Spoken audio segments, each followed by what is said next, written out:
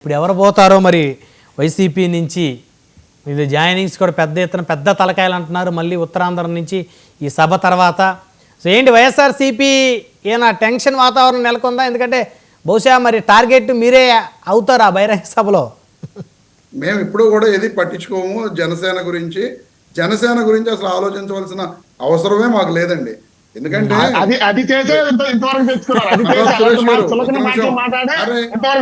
రామనాయుడు గారు మళ్ళీ మధ్యలో మాట్లాడుతున్నారు. సురేష్ గారు మళ్ళీ మాట్లాడుతున్నా. నేను మీరు చెప్పిందంతా విన్నాను.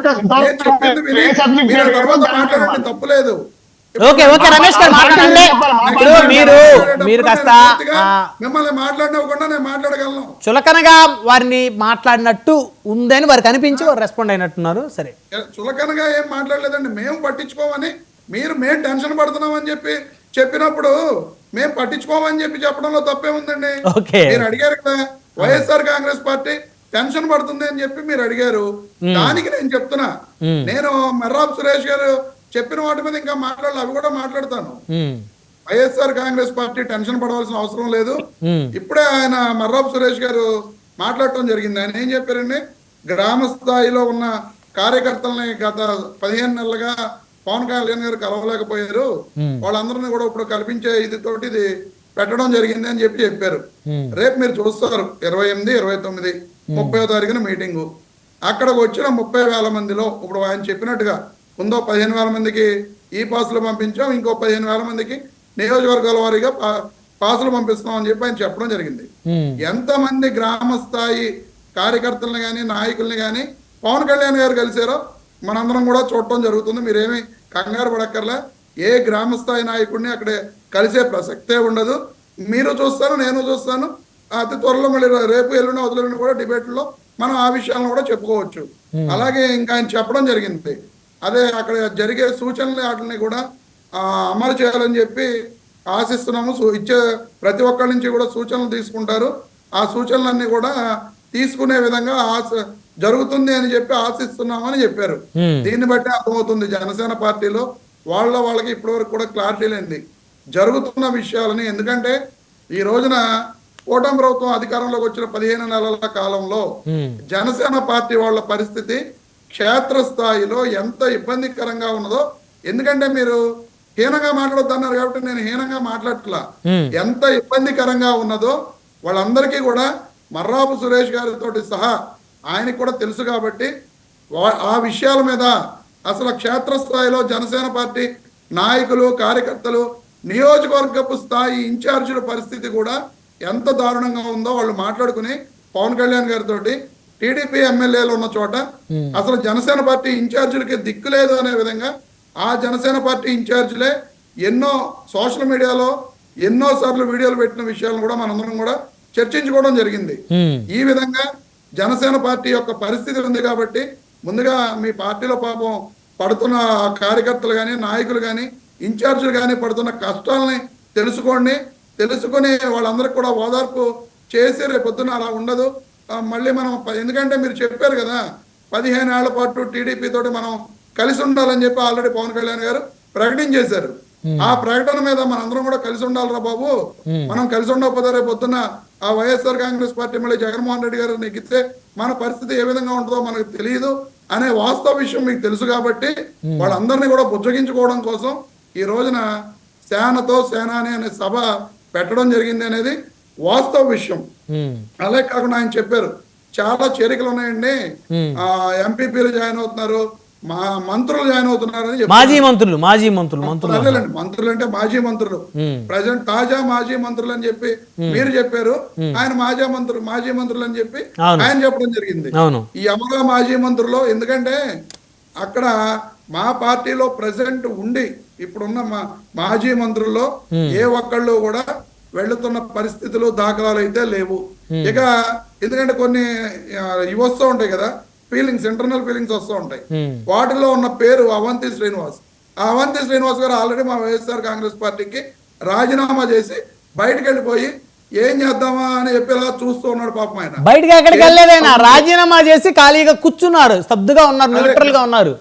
అదే నేను చెప్తున్నాను సార్, ఏం చేద్దామా, టీడీపీలోకి వెళ్దామా జనసేనలోకి వెళ్దామా అని అర్థం కాక ఆయన అలా ఖాళీగా కూర్చుని ఉన్నారు. ఏదైనా నిర్ణయం తీసుకుంటే అలాంటి వాళ్ళని ఎవరినైనా వీళ్ళు పోగేసుకుని వాళ్ళ పార్టీలో జాయిన్ చేసుకోవాలి తప్ప ఇప్పుడు మా పార్టీలో ఉండి ప్రజెంట్ వర్క్ చేస్తున్న వాళ్ళు ఏ ఒక్క మాజీ మంత్రి కూడా జనసేన పార్టీలో జాయిన్ అవ్వట్లేదు అని చెప్పి నేను ఘంటాపదంగా చెప్తున్నాను బ్రహ్మనాయుడు గారు.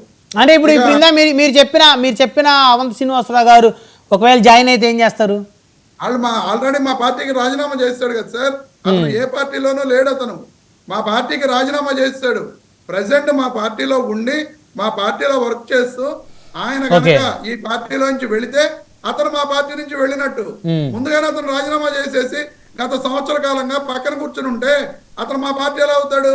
మా పార్టీలో అతను ఏం పని చేయట్లేదు కదా, మూలన కూర్చుని ఉన్నాడు ఆయన వీళ్ళు తీసుకుంటామంటే మూలన కూర్చున్న వ్యక్తిని తీసుకుంటారు. వాళ్ళకి కావాలి ఎక్కడ, ఎందుకంటే 175 నియోజకవర్గాలలో ఈ రోజు వాళ్ళు పోటీ చేసింది 21 నియోజకవర్గాలు. మిగతా నియోజకవర్గాల్లో వీళ్ళకి అసలు ఇన్ఛార్జీలు ఉన్నారో లేకపోతే మండల ప్రెసిడెంట్లు ఉన్నారో జిల్లా అధ్యక్షులు ఉన్నారో అసలు వీళ్ళ నాయకులు ఎవరో వీళ్ళకే తెలియని పరిస్థితుల్లో వీళ్ళు పార్టీని ఎక్కడన్నా స్ట్రెంగ్థన్ చేద్దామంటే చంద్రబాబు నాయుడు గారు ఒప్పుకోరు. మీకు తెలిసిన విషయమే. ఎక్కడైనా జనసేన పార్టీ స్ట్రెంగ్థన్ అయితే చంద్రబాబు నాయుడు గారికి ఇబ్బంది కాబట్టి పవన్ కళ్యాణ్ గారు 15 ఏళ్ల పాటు చంద్రబాబు నాయుడు గారిని ముఖ్యమంత్రిగా చూడాలనుకునే కోరిక ఉంది కాబట్టి ఎక్కడా చంద్రబాబు నాయుడు గారు జనసేన పార్టీని స్ట్రెంగ్థన్ చేయడానికి ఒప్పుకోరు కాబట్టి ఆయన ఎక్కడా కూడా జాయిన్ చేసుకునే పరిస్థితులు ఉండేది. బలమైన నాయకులను జాయిన్ చేసుకునే పరిస్థితులు ఉండవు. వాళ్ళు కూడా నాకు తెలిసినంత వరకు వైఎస్ఆర్ కాంగ్రెస్ పార్టీ నుంచి వెళ్ళిన నాయకులే. ఈ రోజున బాలినేని శ్రీనివాసరెడ్డి గారి పరిస్థితి ఏంటండి? డెవలప్మెంట్ అథారిటీ ప్రమాణ స్వీకార సభలో ఆ బాలినేని శ్రీనివాసరెడ్డి గారి ఫోటో కూడా పోయిన పరిస్థితి కాదు.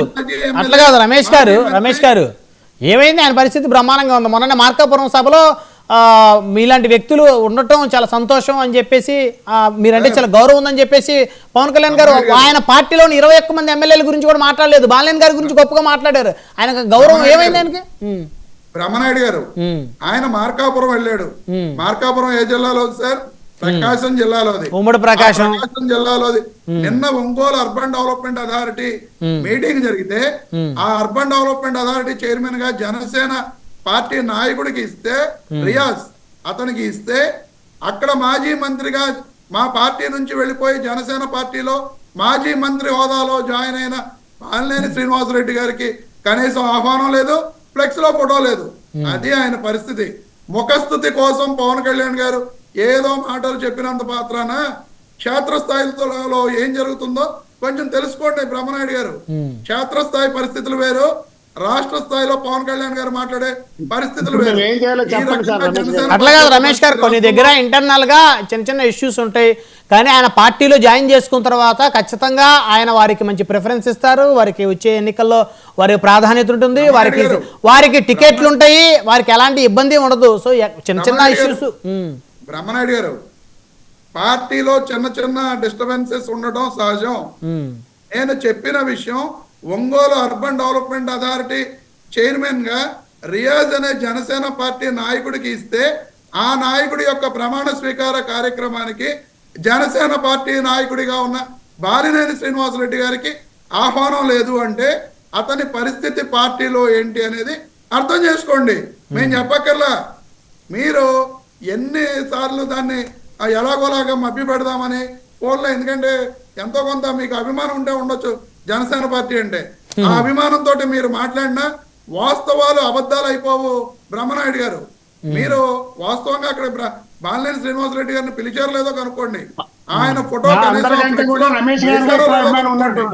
ఇవి అన్ని కూడా ఉన్నాయి కాబట్టి జనసేన పార్టీ యొక్క పరిస్థితి ఇబ్బందికరంగా క్షేత్రస్థాయిలో మారుతుంది. కాబట్టి ఈ రోజున సేనతో సేనాని అని చెప్పి ఈ అసంతృప్తిని చల్లార్చుకునే ప్రయత్నం చేయడం కోసం పవన్ కళ్యాణ్ గారు మీటింగ్ పెట్టడం జరిగింది తప్ప ఆయనకు జనసేన పార్టీ నాయకులకు కార్యకర్తలకు ఏదో మనం న్యాయం చేసేయాలి, వాళ్ళందరికీ కూడా ఏదో ఒకటి నామినేటెడ్ పోస్టులో లేకపోతే ఇంకోటో మనం ఇప్పించాలి అనే ఇది ఆయనకు మాత్రం లేదనేది సుస్పష్టం బ్రహ్మనాయుడు గారు.